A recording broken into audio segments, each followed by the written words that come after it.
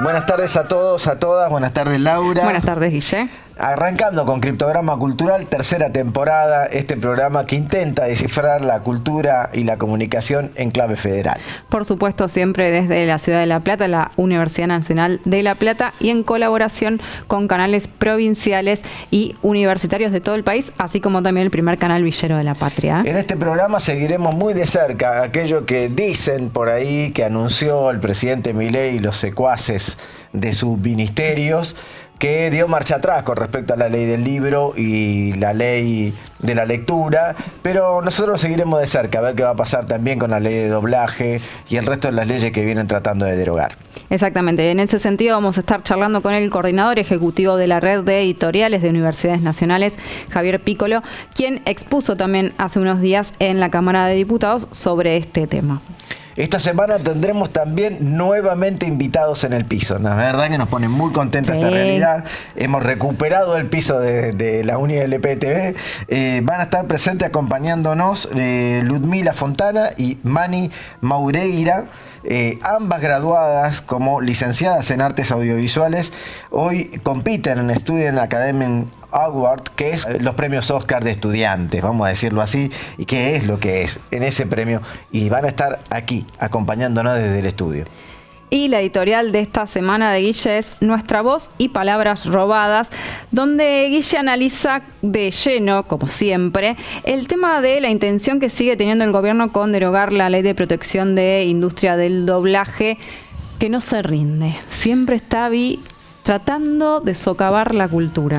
Y para no perder la costumbre, Laura, hoy traje otro libro para recomendar. Buenísimo. Un libro de Débora Levitt, La mitad de la mitad, un libro realmente muy interesante. Es una ficción, una novela. Ya hablamos de esta, ya recomendamos otro libro de esta escritora y esperamos que pronto esté aquí en el piso también teniendo una entrevista con ella, porque es, además de psicóloga, una escritora extraordinaria que nos gustaría tener aquí en el piso. Se lo recomendamos, búsquelo, va a ver que no lo va a desechar, le va a gustar muchísimo su literatura. Y vinculado con los libros, porque acá todo está relacionado, vamos a charlar con Marina Macu Blanco, que es referente de las bibliotecas populares de ellas de Pilar, de la provincia de Buenos Aires, para que nos cuente sobre el informe que realizaron desde Bibliotecas Populares en Lucha, otro colectivo en el que están trabajando para que la CONAVIP vuelva a financiar las bibliotecas populares, con esto de que su director les está sacando plata por todos lados. Sí, volvemos a hablar de las bibliotecas populares de la CONAVIP. No está exenta, a perder su financiamiento. Ya lo han intentado varias veces. Así que no vamos a perder de vista lo que haga su director con el presupuesto de la CONAVIP, ¿no es cierto? Exactamente. Pero arranquemos, Guille, porque ya con invitadas en piso vamos a tener menos tiempo todavía. Así comienza Criptograma Cultural.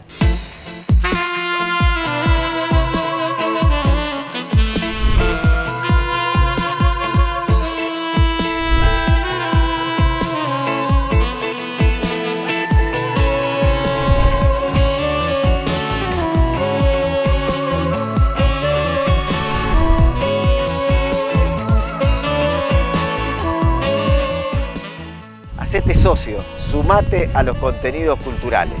Hacé tu aporte en la página de Cooperativa Paralelo 35 para colaborar con Criptograma Cultural.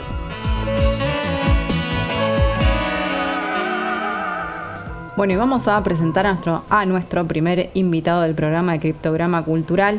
Él es coordinador de la Red de Editoriales de las Universidades Nacionales, REUN, y director de la editorial de la Universidad Nacional de Cuyo, Javier Piccolo, quien nos atiende desde Mendoza, desde su lugar, no sé si natal, pero al menos donde está viviendo. Hola, Javier, ¿cómo estás? Bien, ¿ustedes? Bien. Nacido y criado en Mendoza. Muy bien, así que de ahí no te has movido, por lo menos para vivir. He movido, pero no me he quedado. Bien.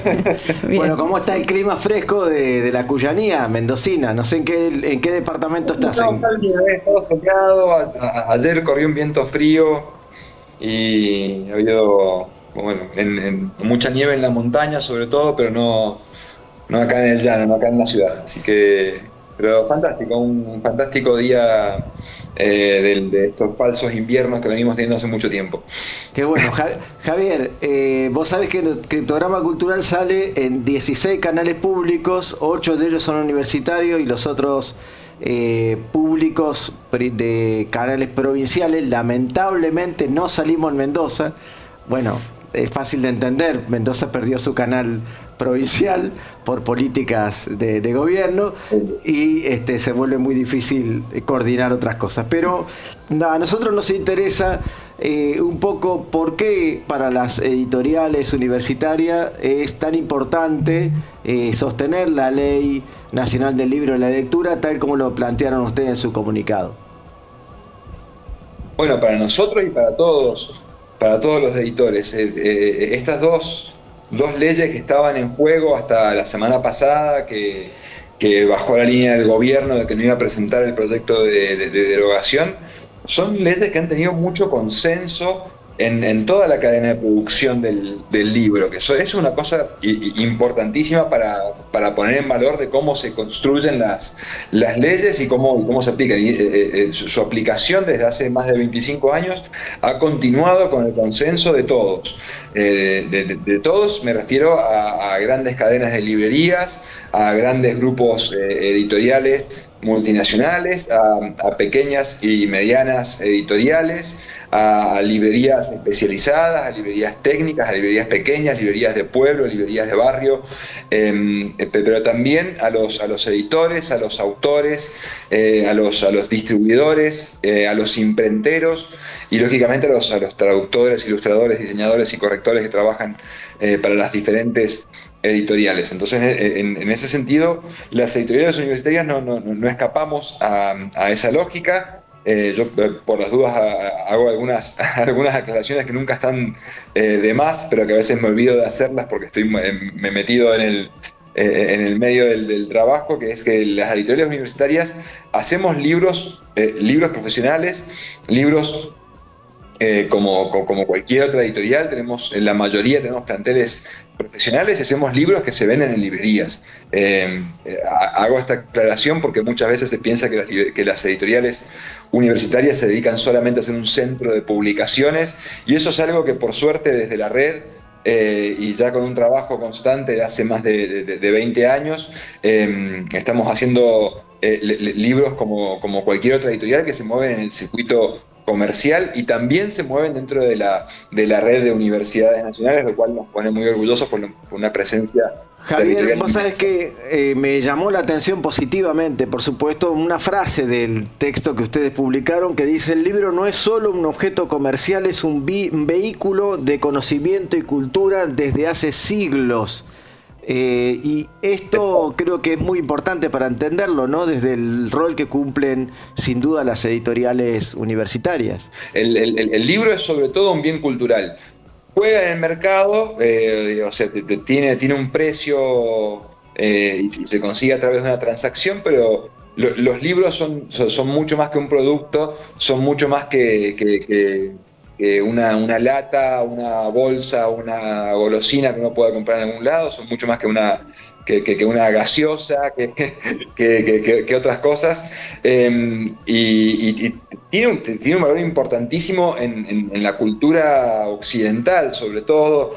Me arriesgo a decir en la cultura en general, pero bueno, aquellos viejos proverbios, ¿no? Como los grandes objetivos de la vida eran tener un hijo, escribir un libro y plantar un árbol. No, siguen vigentes en el imaginario popular. Las grandes figuras de la política, de la farándula, de donde ustedes quieran, muchas veces buscan su reivindicación publicando un libro. Sin ir más lejos, no nos olvidemos, el presidente que tenemos ha hecho de esto muchas veces una no hay presidente en la Argentina que no haya publicado un libro, eso lo tenemos muy claro por el peso específico que eso tiene, ¿no? Es sin guda la herramienta comunicacional de mayor peso en la historia cultural argentina.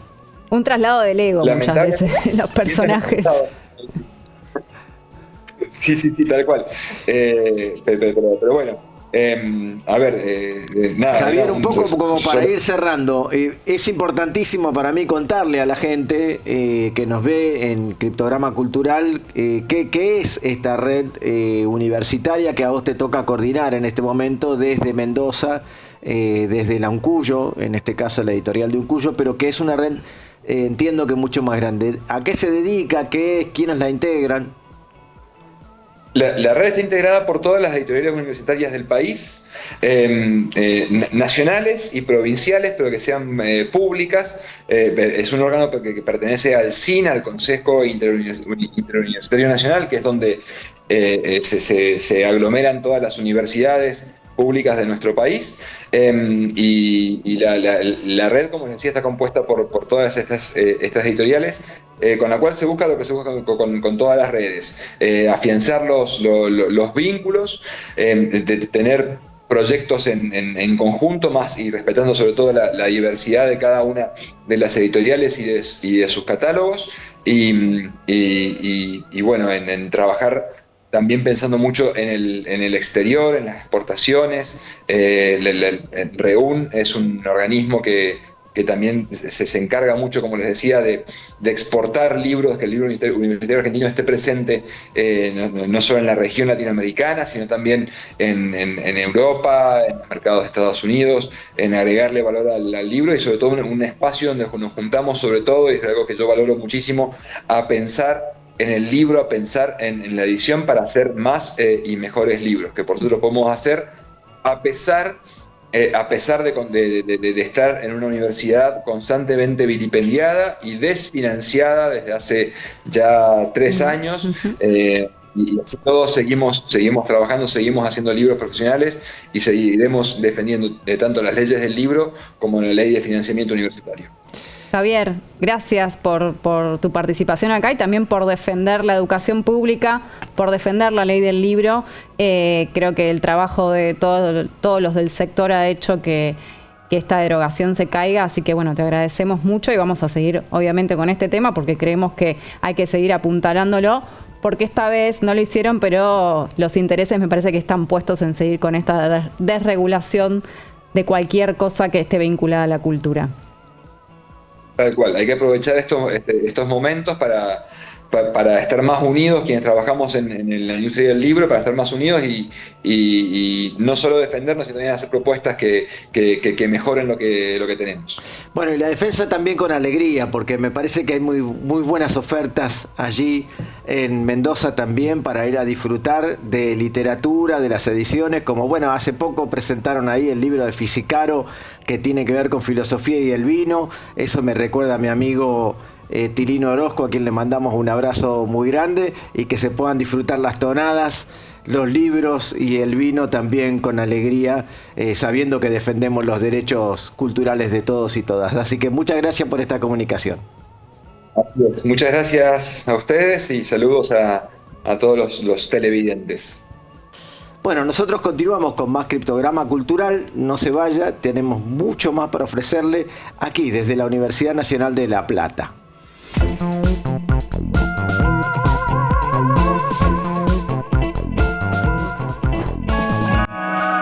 Nuestra voz y palabras robadas. Eso es lo que nos está pasando en estos tiempos.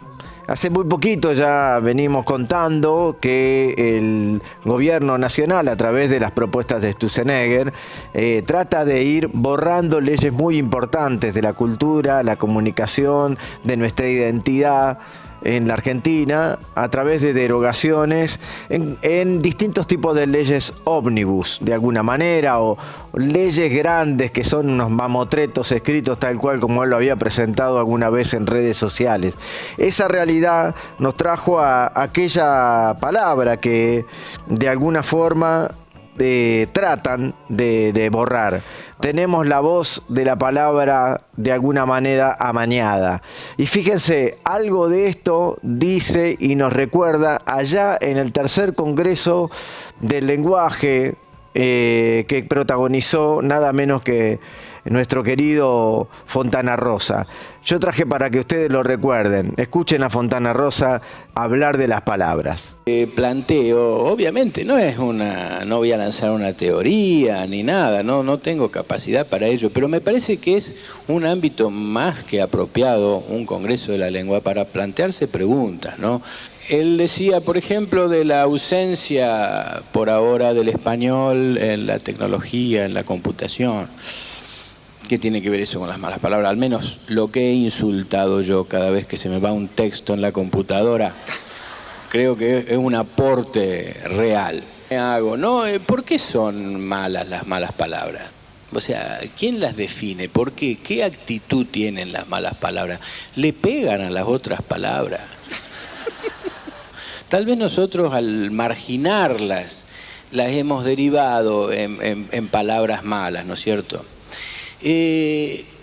Cuando yo decía lo de que tal vez sean de mala calidad, arriesgando una teoría francamente disparatada, no parecería ser este el caso, porque a muchas de ellas cada vez se las escucha más saludables y más fuertes, al punto que en alguna época, y creo que se le sigue denominando, palabrotas, con un aumentativo, y al menos en Argentina, no sé si...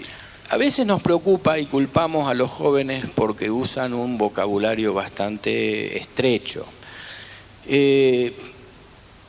A mí eso no me preocupa que mi hijo o los amigos de él insulten permanentemente.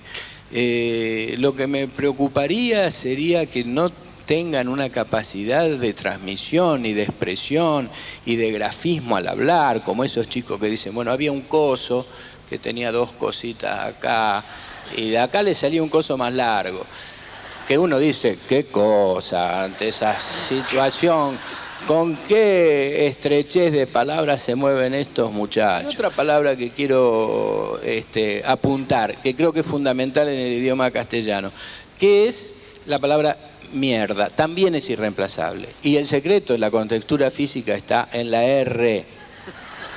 Anoten las docentes, en la R, porque es mucho más débil, como lo dicen los cubanos, mierda, que suena a chino. Y no solo eso, yo creo que ahí está en la base de los problemas que ha tenido la Revolución Cubana, la falta de posibilidad expresiva.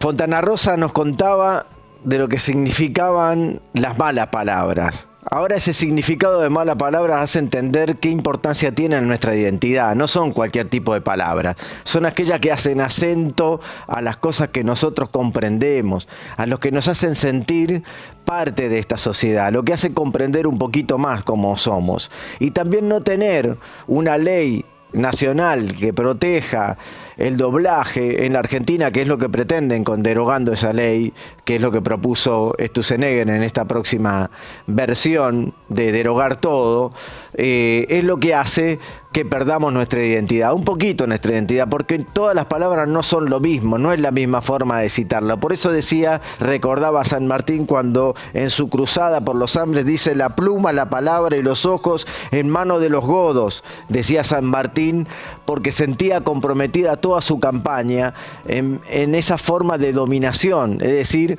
todo estaba en manos de los españoles. Bueno, en este caso pareciera que quieren dejar todo en manos del audiovisual extranjero, ¿no? Con palabras que no se pueden de alguna manera comprender. Fíjense que muchos niños y niñas disfrutan de los audiovisuales internacionales y que con esa comprensión que le falta todavía en el aprendizaje, poco pueden diferenciar en palabras extranjeras con palabras propias. Se puede construir otra identidad de esa manera, y así lo expresaba muy bien el secretario general de SADA, el Sindicato de Autores de la Argentina, el señor Tato Tabernice, que también estuvo en Criptograma Cultural en algún momento. Escúchelo. Entendemos que cultura es también la suma de los hábitos y costumbres de un pueblo, aquello que nos identifica y nos permite comunicarnos y reconocernos. En nuestro lenguaje esto es clave, y recordemos que no hablamos español, hablamos argentino. Por eso no es lo mismo entonces, no es lo mismo nevera que heladera, no es lo mismo aguacate que palta, no es lo mismo tumbona que reposera, ok que está bien, menso que boludo. Perdón por haber dicho menso. Y aunque se refieren a lo mismo, no es lo mismo. Y no es lo mismo porque quien impone su cultura domina. Esto lo vimos con todos los imperios, con Roma, Grecia, y fíjense casualmente de este ejemplo que Grecia logró a través de su cultura tener presencia en el Imperio Romano, ¿tá? Pero quien elige la música nos obliga a bailar la melodía que quiere. Y por eso todos y cada uno de los proyectos de leyes que pretende ir en contra de una cultura nacional nos obligan a elegir. Lo que queremos decir es que tenemos que decidir si queremos seguir siendo un pueblo soberano o elegir ser ciudadanos de segunda y obedecer órdenes que se dan en otro lado. De alguna forma, esas palabras también son palabras marginadas. La voz, la palabra, la interpretación de aquellas narrativas que, si bien vienen de otro espacio que no son el territorio argentino, pueden ser mejor comprendidas, pueden ser mejor interpretadas cuando llevan nuestra voz. Y eso es lo que quieren censurar en este caso. Quieren marginar nuestra forma de interpretar, nuestra forma de ver la vida. No dejemos que esas palabras también sean marginadas, borrando la ley del doblaje en la Argentina.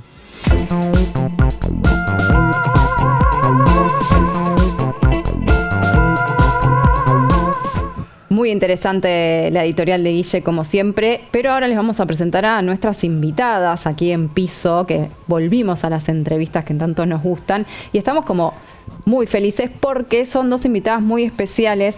Estamos con Ludmila Fontana y Mani Maureira, lo dije bien, que son dos realizadoras de la Universidad de La Plata, licenciadas en, no quiero decirlo mal, Facultad de Artes Audiovisuales. ¿Cuál es la particularidad de estas chicas? Ellas, estas dos jóvenes realizadoras, la directora y la directora de fotografía, presentaron un cortometraje que hicieron para su tesis, para recibirse en los premios de acá, Student Academy Awards, que son algo así como los premios a los estudiantes de los Oscars, de los que vemos siempre en Hollywood, y quedaron seleccionadas entre los mejores 15 cortometrajes de todo el mundo. Y además fueron las únicas de una universidad pública. Así que orgullosos de que estén acá con nosotros compartiendo Criptograma Cultural. Un aplauso. Muchas gracias. Muy contenta de estar acá, la verdad. Bueno, muchas gracias a ustedes. Gracias por estar aquí para empezar. Y bueno, no sé si dijo bien el apellido. Mirá, y eso, no, y dije, tampoco lo dije mal. Vos sos platense, ¿o ¿Y no? qué dije mal? Todo. De los nervios, de estar con gente famosa. No, Ay, por bueno, favor. eso te pone nervioso. Directora y directora de fotografía. Ahí Eso está es correcto. bien. ¿Viste? Bueno, y preséntense entonces. Bueno, mi nombre es Ludmila Fontana, soy la directora del corto que se llama Una energía invisible, media hora sin descanso. Sí, quedamos como semifinalistas en los Student Academy Awards, que básicamente son los Oscars estudiantiles, así que eso es correcto. Bueno, y tu compañera, la otra mitad de este proyecto, algo así. Sí, acá Mani, directora de fotografía de Una energía invisible, la tesis que hicimos con Ludmila, acá mi compañera, la directora, y nada, estamos muy felices y contentas por todo lo que está pasando con la tesis y también muy felices y contentas de estar acá en el piso.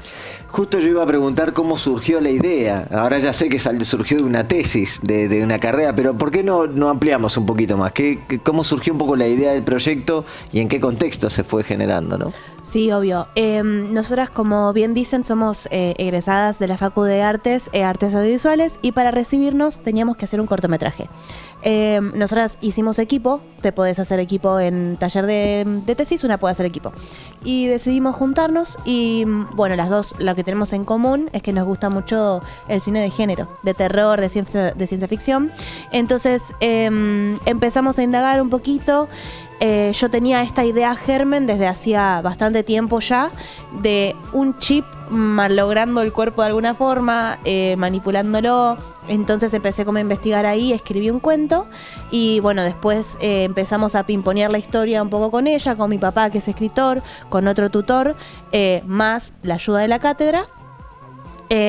Salieron 9 versiones de guión, Opa. que no es poco, fue mucha Montonazo. escritura en poco tiempo. Y bueno, y después empezamos en preproducción, pero toda la historia de cómo nació fue eso. Pero mira, pero sos la autora también. Además, sos la directora, Claro, sos la autora. la guionista, ¿no? pero esto yo no lo hice sola, en el sentido de que sí, yo escribí esas 9 versiones de guión, pero las escribí porque tenía una red ahí a la que yo recurría para, che, mira, esto no me cierra, o esto, ¿cómo lo estás pensando? ¿Qué te parece? Porque si no, no, esa historia no avanza, en el sentido de que evoluciona cada vez que lo charlaba con ella, lo charlaba con mi papá, con el tutor. Ahí había ideas que flotaban y podíamos engancharlas y plasmarlas y evolucionan en distintas versiones. ¿Y de quién fue la idea de presentarla a estos premios estudiantiles? ¿De ustedes o de la facultad que dijo, che, esto está muy bueno, tiene muy buen nivel, muy buena realización, yo creo que va por acá? ¿O siempre las presentan, digamos, todas las tesis las presentan en este premio o en este festival, como en otros? No sé, ¿cómo es?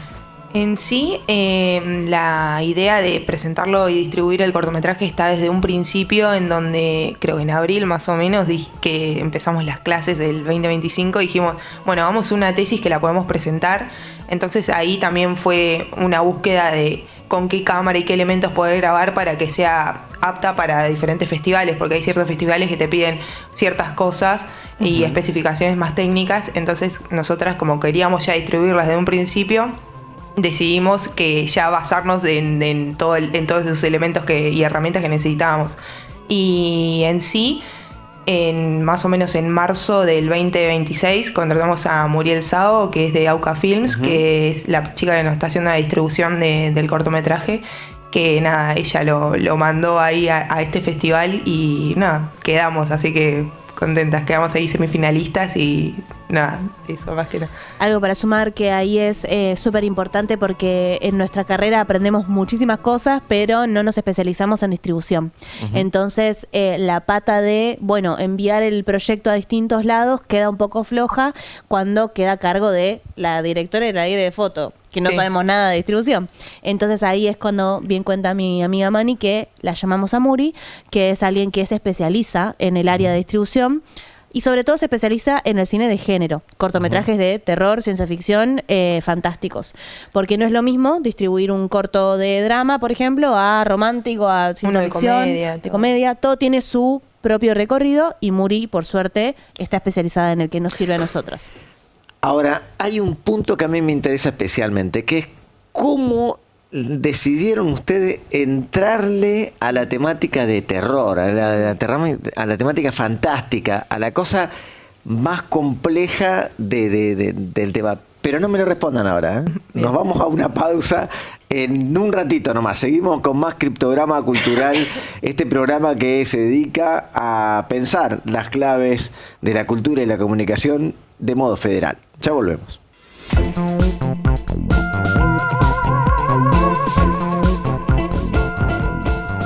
Si estás viendo Criptograma Cultural y te gustan nuestros contenidos y te parece que son interesantes, bueno, ponernos un me gusta, decir que, bueno, compartilo, pensá en los canales públicos provinciales, canales públicos universitarios, que tanta utilidad le da a la cultura y la comunicación en la Argentina en este momento, y mirá qué bueno que es lograr tener producción audiovisual estudiantil en su formato de tesis, que hace que llegue a determinadas cosas. Mirá vos, Pirovano, allá contándole hace un par de semanas que quiere cancelar todo lo que tiene que ver con el Inca, ¿no? Solamente lo industrial, lo experimental nada, todo lo demás. Mirá cómo le tapan la boca acá a las chicas en La Plata.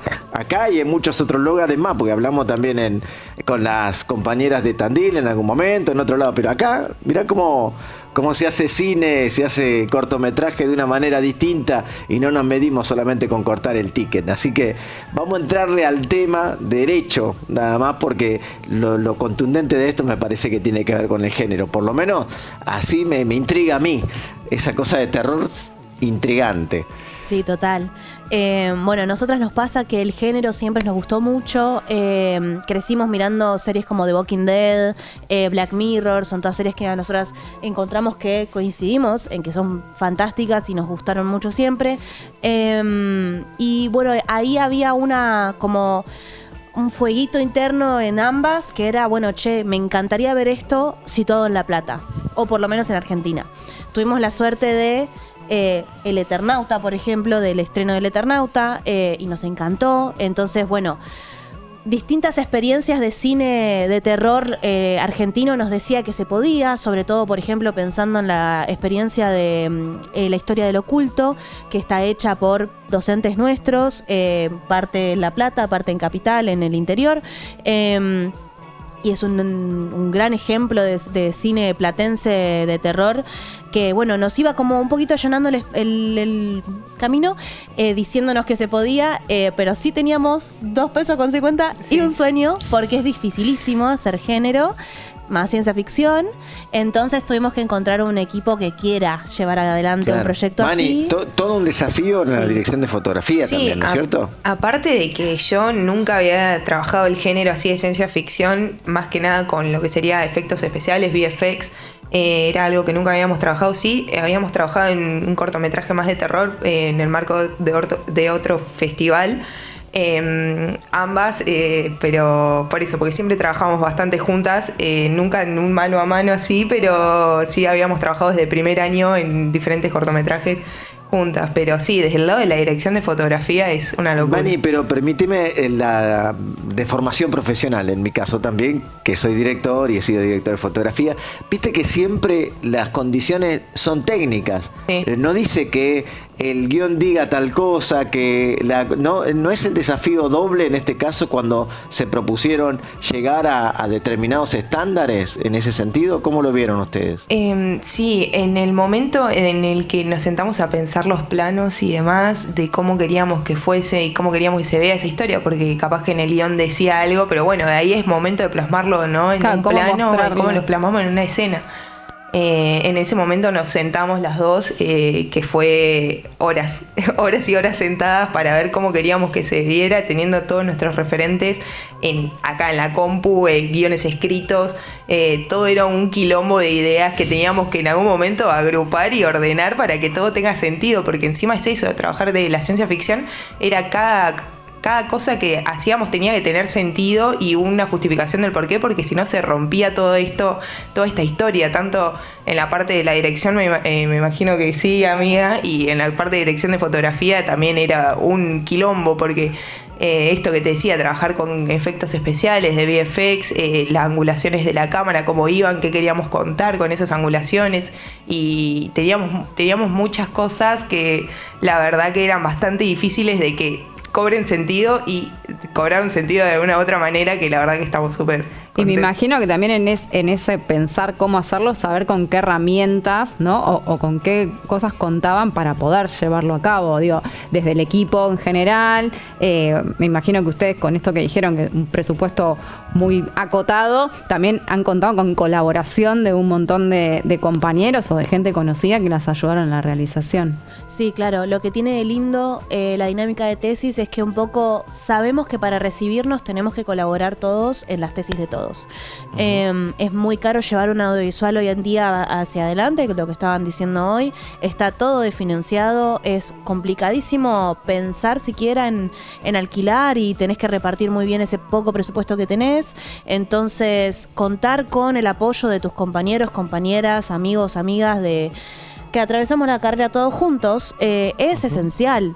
Si no, no se puede. O sea, nosotros no podíamos. Mientras nosotros charlábamos, veíamos algunas imágenes de los momentos de grabación. Digo, ¿no? Ustedes con la claqueta, pero también actores, actrices. ¿Cómo fue la elección del casting de los actores y actrices en este caso? ¿Cómo lo hicieron? En este caso, le llevamos el papel a cada uno de los actores y actrices que participaron.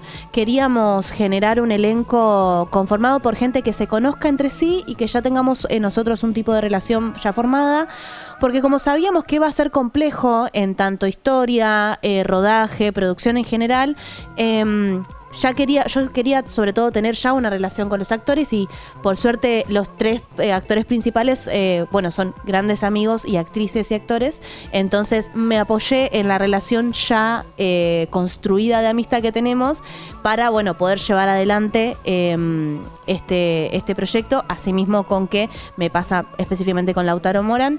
Yo es creo que segunda, tercera vez que ya trabajo con él como protagonista, yo siendo su directora. me cuesta mucho escribir y no pensar en él. Me pasó que escribiendo la 9ª versión del guión era como, bueno, pero no puede ser Lauti de nuevo, tengo que llamar a alguien más. Y finalmente no luché contra esas ganas de que sea él, porque bueno, tenemos una relación director-actor, que se ve en pantalla que trabajamos muy bien. Él es un gran actor y nos llevamos muy bien. Un permiso se las tienen que dar, digo, porque muchos directores y directoras se han dado el permiso de llevar muchas veces, no sé, a determinados actores que son símbolo de su propia filmografía. Me pasa un poco con la web. Sí, yo creo que le pasa eso. ¿Y cuánto tiempo de grabación y después de postproducción tuvieron? En sí grabamos 2 jornadas en agosto del 2025 y después creo que 4 jornadas más que fueron en octubre. Y de postproducción tuvimos diciembre, enero y ya está. Febrero. Me parece que también trabajamos en febrero. Porque también yo cuento hacer el tráiler, claro, todo. Sí, obvio. Así que sí, Todo casi febrero. marzo. Sí, Hasta esto que están haciendo ahora forma en el parte de momento esa en que tarea. entregamos en sí la tesis fue final el 4 o 5 de febrero, si no me Exacto. acuerdo, que Sí, fue exacto. como uno de los últimos cortes. Después, obviamente, sí se siguió. Hubieron algunas modificaciones, pero muy cortitas, muy chiquitas. Pero sí, lo que pasó es eso. Color trabajó en enero, VFX trabajó en febrero. No, mentira. En diciembre, enero y montaje en noviembre, diciembre. Sí, se hizo todo bastante como seguidito y rápido. Que no es siempre lo que mejor puede pasar, pero nos tocó así. Y la verdad que bueno, que igual nos sirvió y creo que logramos lo mejor que pudimos. No, la verdad que es un buen producto. Porque tuvo su resultado. Claro, por supuesto. Fueron semifinalistas. ¿Cómo fue ese Sí, sí. momento de Ya, enterarse? pará, hay una cosa que iba a preguntar. Yo decía, ¿qué nota le habrán puesto en la tesis? Pero ahora ya, ¿a quién le va a importar? Nadie, ya A está. nadie, ¿Qué ya va a decir? está. No, Dice aprobado, desaprobaron. punto. No. Ya no Sí. importa la nota, o sí. Y estuvimos contentas con el 10 igual. Sí, sí, sí. Ah, muy bien, muy Sí, bien, ¿no? muy bien. Aparte teníamos nuestros profesores que nos dijeron con la entrega porque tenemos una preentrega en noviembre y después la entrega final en febrero, pero la de noviembre fue como que nuestros docentes nos dijeron, esto va directo a festivales, chicas, quédense tranquilos, o sea, como que ellos le vieron un lado positivo a todo lo que estaba pasando y eso también a nosotras nos alentó, obviamente. Claro. Y Eso es súper importante de decir. El taller de tesis, la cátedra, nuestros tutores de tesis, ambos profesores nuestros nos empujaron siempre para adelante, nutrieron ese proyecto. Sin todo su aporte no sería lo que es hoy. La verdad que súper agradecidas a nuestros profes, a la carrera y a la cátedra en general, porque tuvimos una re suerte de que nos tocaran ellos. Así que nada, eso, re contentas. Bueno, entonces vuelvo. ¿Cómo fue ese momento de enterarse? Porque me imagino que lo habrán enviado con la producción de la distribución y demás. Y, no sé, ¿se olvidaron o estaban sabíamos. pendientes de...? No sabíamos que estábamos inscriptas. no sabíamos. Bueno. Porque lo que hace bien Muri es no contarnos demasiado. Eso está buenísimo de elevar Claro. la distribución, porque una si es sensible, se puede Claro, poner un por poquito mal supuesto. de los no. Entonces no nos enteramos tanto. Nos enteramos y sí. Sí. Entonces nos llegó un mail de confirmación de cambio de estado, decía en la página que estábamos inscriptas, cambio de estado a semifinalistas, decía. De seleccionadas a semifinalistas. Yo mando un audio al grupo de distribución, está ella, Muri y yo. Chicas, esto que dice Student Academy Awards, los Academy de la Academia de los Oscars, y Muri tipo, sí, mi reina. ¿Qué? Claro, nunca nos habíamos enterado ni siquiera que habíamos mandado el cortometraje ahí, No, o sea, fue como... Sorpresa por completo. Muy buena productora, entonces. Una Sí, genia amamos a total, Muri. una genia total, porque así te saca la ansiedad de por Sí, medio. obvio. Pero Exacto. a mí me gustaría preguntarles, mejor dicho, quiero preguntarles, ¿cómo llegan a la profesión? ¿Cómo llegan a decidir que ustedes se van a dedicar o se quieren dedicar a la producción audiovisual, a la dirección de fotografía? ¿Cómo surge de ustedes en cada uno de los casos, no? Bueno, en mi caso, yo soy platense, fui al Bachillerato de Bellas Artes, tengo una educación artística desde los 10 años.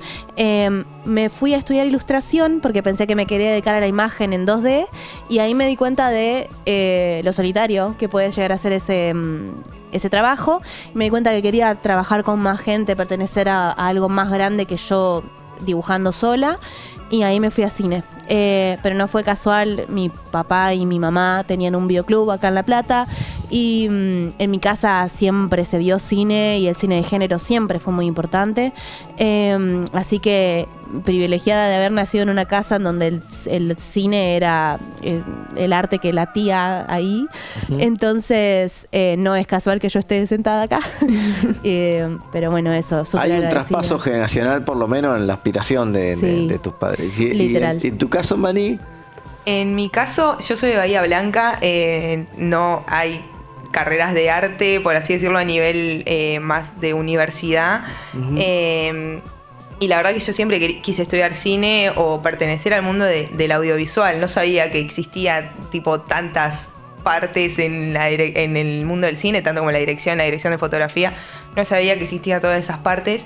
Y yo realmente siempre desde muy chica que quise estudiar cine, siempre tuve la posibilidad de con mis papás los fines de semana íbamos al ciber y regrabábamos de las películas que están grabadas, viste, del cine, y nosotros las agarrábamos y las comprábamos y las poníamos tipo, no sé, los sábados a la noche 3, 4 pelis de libro con 1 kilo de helado, y eso era para mí lo mejor que esperar toda la semana para ese momento.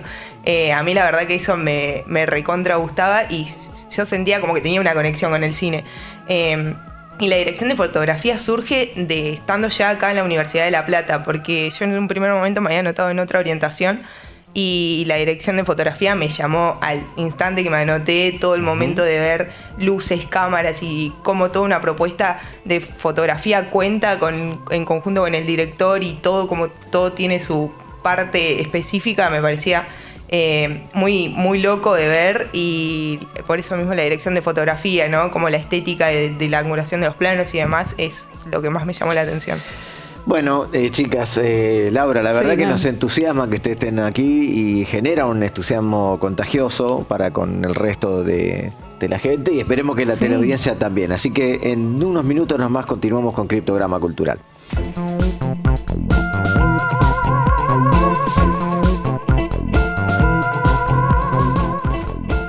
Y arranca este cuarto bloque de Criptograma Cultural. Vamos a charlar con Marina Macu Blanco, que es referente de Bibliotecas Populares de Pilar, de la provincia de Buenos Aires, que integra también Bibliotecas Populares en Lucha, bueno, que han estado en toda esta batalla contra lo que es el ataque a las bibliotecas populares y el desfinanciamiento que están teniendo por parte del gobierno nacional, lo cual impide que las bibliotecas realicen todo el trabajo casi comunitario que hacen en las bibliotecas de barrio, sobre todo, de todo el país. Hola Macu, ¿cómo estás?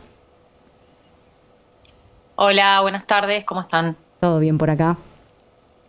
Hola Marina, contanos un poquito cómo viene la realidad de la CONAVIP, cómo vienen viviendo las bibliotecas populares. Ya hemos hablado el año pasado contigo, una dificultad muy grande con lo que pasó en la ley base, pasó el decreto 345, salimos airosos del sector del teatro y la CONAVIP, pero creo que todavía hay otros problemas que me parecen importantes atender, ¿no es cierto? Sí, Guille, así exactamente como están contando. Empezamos a preparar desde nuestro espacio federal, Bibliotecas Populares en Lucha, que bueno, es un colectivo federal. Empezamos a preparar un informe para presentarle a nuestros legisladores, para presentarle a aquellas personas que vienen acompañando las luchas del sector de la cultura y de las bibliotecas populares en particular. Estamos preparando un informe que bueno, es bastante abarcativo, son casi 100 hojas de informe en donde hemos pedido tanto mediante TAD, que es trámites a distancia, al ministerio correspondiente, que nos haga un informe público. Hicimos un pedido de informe público nuevamente porque es la información real que a nosotros después nos permite poder abordar de una manera seria la problemática y de una manera real la problemática y no en el aire. Si hay algo que amamos desde las bibliotecas populares es el acceso a la información y que la información circule. Por este motivo es que nos manejamos de esta manera. Hicimos un pedido de información pública en donde algunas cosas fueron contestadas, para otras han pedido prórroga, pidieron el mecanismo, lo explico así medio sencillo para que lo entiendan. A quien se le hace el pedido de información pública tiene por ley la obligación de dar esa información, tienen un plazo de 15 días hábiles. Por lo general, dentro del plazo de esos 15 días hábiles se da algún tipo de respuesta. Esta vez, y para sorpresa de nadie, la respuesta fue que les diéramos 15 días más, una prórroga de 15 días. Evidentemente, el pedido dio bastante en el clavo. Es un pedido en donde sumamente específico, en donde se pide que se informe qué pasó con los fondos 2025, a cuántas bibliotecas se entregó, a cuántas no, qué pasó con el restante, qué pasa con las líneas de financiamiento que tiene la CONAVIP. Hay que recordarle a la gente que la CONAVIP, que es la Comisión Nacional de Bibliotecas Populares, tiene una asignación específica que se logró prorrogar por 70 años más en el año 2022, en una lucha muy colectiva de todos los espacios que también tienen asignación específica y que, tiene un presupuesto determinado a través de esa asignación. Vimos en las publicaciones de Bibliotecas Populares que ustedes están reclamando, además, que hay una subejecución de más de 2.600 millones de pesos de este año nada más, ¿no es cierto? ¿Está bien? ¿Es correcto lo que acabo de decir? Es correcto lo que acabas de decir. Yo los sigo bastante a ustedes y escuché que el otro día habían entrevistado a un compañero que también es del colectivo, que es Oscar Rodríguez, y vi que hicieron un repaso sobre esta lucha que mencionás, Guille, que la realidad es que a veces uno no toma del todo conciencia, sobre todo de espacios que solemos ser tranquilos, ¿no? Como quien diría, como las bibliotecas populares, donde nuestro movimiento pasa por otro lado.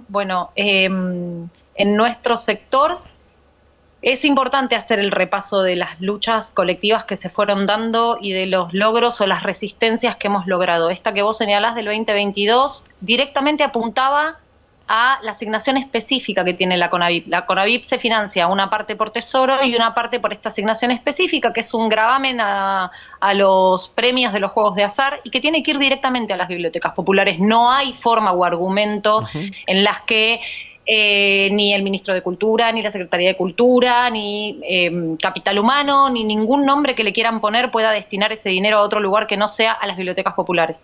Que, por cierto, usamos ese dinero para gastos corrientes, para pagar la luz, para pagar los alquileres y para el funcionamiento, no para sueldos. Nosotros somos todos voluntarios y voluntarias, no percibimos sueldo por nuestra tarea. Y esto es importante que se diga. Sí. Y que la gente lo sepa. Lo comprendemos, además, sí. Entendemos tu necesidad de contarla como tesorera de una biblioteca popular que administra un poco esos fondos, también en esa misma línea, allí de Pilar. Marina, ¿cómo se puede seguir un poco esta realidad? La gente, ¿cómo se puede informar? Siguiendo qué redes, si ustedes tienen algún lugar donde hacer preguntas, informarse, no sé, ¿cómo seguimos desde la teleaudiencia lo que hace las bibliotecas populares en lucha? Bueno, nos pueden seguir en redes, en nuestro Instagram, que es Bibliopop en Lucha. También tenemos, que vamos a dejar a disposición de la producción por si lo quieren, un grupo abierto de WhatsApp, donde hay más de 700 bibliotecas populares de todo el país, con la dinámica que colectivos tan grandes conllevan. Yo lo que le quiero pedir, sí, a la comunidad y a sus seguidores es que la forma de estar atento hoy es estar informado, como siempre, que repiquen en redes las movidas que hacemos. Es muy difícil sostener espacios así colectivos. Pertenecemos también a un espacio más grande que es el Frente Cultural Federal, que también toca a otros sectores de la cultura, en el que la verdad que nos hemos sentido muy abrazados, las bibliotecas, por esa lucha que entendemos que es de todos la misma.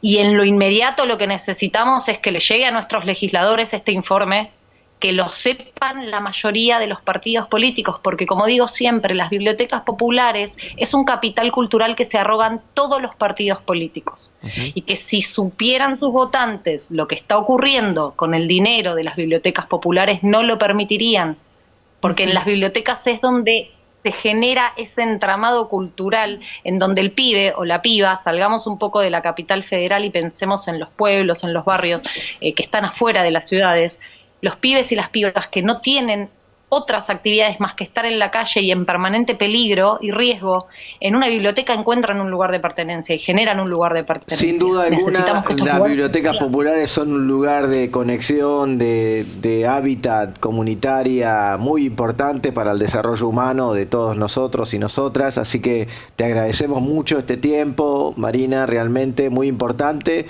Vamos a estar difundiendo, por supuesto, todo lo que acabas de nombrar y esperamos que cuando tengan una novedad de Bibliotecas Populares en Lucha nos avisen. En 15 días, más o menos, ¿no? Tiene que estar de respuesta. No sé, vamos a esperar 20 para piden procesar. Prórroga de vuelta, esperamos que en 15 días tengamos este pedido con la información que nos falta. ¿A dónde están esos 2.800 millones? Me corrijo, acabo de ver la placa que pasó recién, más de 2.800 millones de pesos de este año, el 2026. Quisiera saber cuándo está el 2025. Muchas gracias por tu tiempo, Marina. Algo que te quería agregar antes de irme, perdóname que te interrumpo, no tiene que ver solamente con una cuestión económica. Tiene que ver con una cuestión de protección y de reconocimiento y de identidad y soberanía cultural. Hay bibliotecas populares que funcionan hoy que ni siquiera están reconocidas como bibliotecas populares. Y hay bibliotecas fantasmas que sí están reconocidas. Entonces, si de verdad quieren un Estado eficiente y un Estado soberano y un Estado con identidad cultural, empiecen a prestarle atención a la gente de la cultura. Muchas gracias, Marina. Les agradezco un montón. Nos mantenemos al habla y gracias por tu tiempo nuevamente. Gracias siempre por el espacio que le dan a las biblios, chicos. Felicitaciones por el trabajo. Chao. Gracias. Bueno, así pasó Marina Blanco, una ferviente trabajadora sin duda de las bibliotecas populares. La verdad que todos saben el rol que cumple la biblioteca popular, por lo menos los que nos están escuchando, estoy seguro, conocen la importancia de una biblioteca popular donde la gente hace teatro, literatura, va a talleres, forma también en los primeros pasos audiovisuales, se da debate de cine abierto, o sea, pasa de todo en la biblioteca popular y por eso es tan importante como parte de la identidad. Allí, desde aquella historia que trae desde el momento en que Sarmiento les dio su puntapié inicial hasta hoy, han transitado un montón de tiempo y es sumamente importante que sigamos contando con bibliotecas populares en cada pueblo, en cada ciudad y en cada lugar. Seguimos con nuestras entrevistadas Ludmila y Mani, que nos están contando sobre este cortometraje que fue seleccionado semifinalista en los premios Oscar para los estudiantes. Chicas, en esto de participar por la Universidad Pública de La Plata, ustedes contaban que son las únicas que están, digamos, en ese certamen por una universidad pública, y las segundas, digamos, hay un realizador mexicano que también participó de la selección, de la preselección.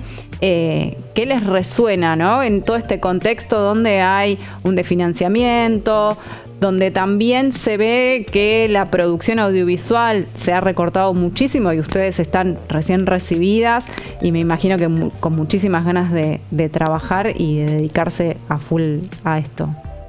Sí, un poco es muy decepcionante la forma en la que está siendo vapuleada no solamente la industria cinematográfica, sino la universidad, porque en nuestra facultad se forman tantísimos técnicos, tantísimos artistas audiovisuales, tantísimos cineastas, y la verdad que nuestra carrera es de las mejores de la Argentina, sí, la primera de hecho también, la primera escuela de cine es en Argentina. La verdad que es toda una tristeza enorme, pero no nos apaga eso, las ganas de seguir filmando.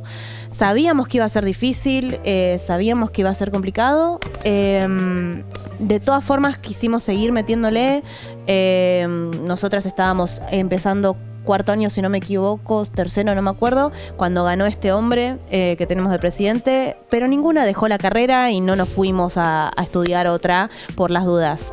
Entonces, el futuro del cine depende de que Milei cumpla la ley que tiene que cumplir, que nosotras y todo nuestro equipo y toda nuestra camada siga filmando. Así que, la verdad, lo seguiremos haciendo de la forma que se pueda hasta que podamos volver a tener un lugar como creadores de la cultura dentro del plan económico. Me fui por las ramas y me olvidé de la pregunta, porque me enoja mucho. Muy vinculado a todo lo que estás diciendo. Me enoja mucho. Pero bueno, sí, nos pasa un poco eso, que nos recibimos en un día de paro. sin ir más Sí, lejos. sí. Los profesores nos tuvieron la amabilidad de recibirnos a distancia por una videollamada y nos recibimos en la facultad, pero Sí, sí. de paro. Entonces Justo- presenciamos ese plan de lucha de los docentes y lo acompañamos y estuvimos ahí al pie del cañón, como lo seguimos estando hoy. Eso mismo, que hace poco recordábamos que nos recibimos un día de paro, eso fue re loco, la verdad que los no docentes fueron y nos abrieron un aula para que nosotras tipo, finjamos el hecho de habernos recibido en un aula y salir y que nos tiren las cosas que nos vayan a tirar para el festejo. Pero en sí era tipo la compu, videollamada, los profesores felicitándonos y más que eso no fue. O sea, había sido increíble ser un mano a mano con los profesores, la verdad. Pero Entendemos y acompañamos la lucha. sí, esa es la obvio, situación. totalmente, pero era como gracias a los profesores que también eso, tipo, se pusieron en la 10, decir, les brindamos esta opción de que se reciban a distancia.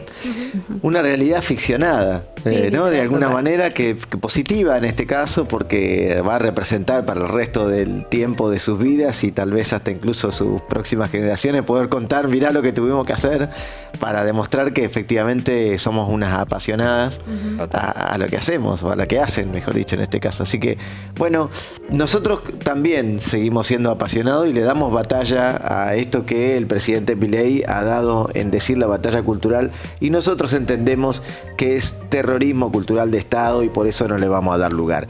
Pero para eso vamos a seguir en Criptograma Cultural en el próximo bloque. No se lo pierda, son pocos minutos, ya casi terminamos.